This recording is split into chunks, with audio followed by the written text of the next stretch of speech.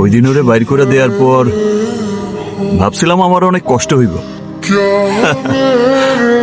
ওর কথা তো আমার মনেই পড়ে না। আর কথা বলতেছস? আরে ওই যে ওই মায়াটা, আরে ওই ইতিনা ফিতি।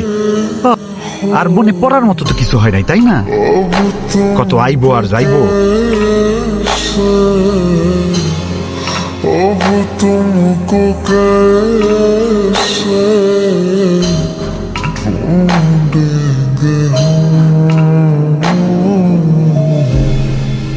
বুঝছো শ্রাত, আল্লাহ যা করে ভালোর জন্যই করে।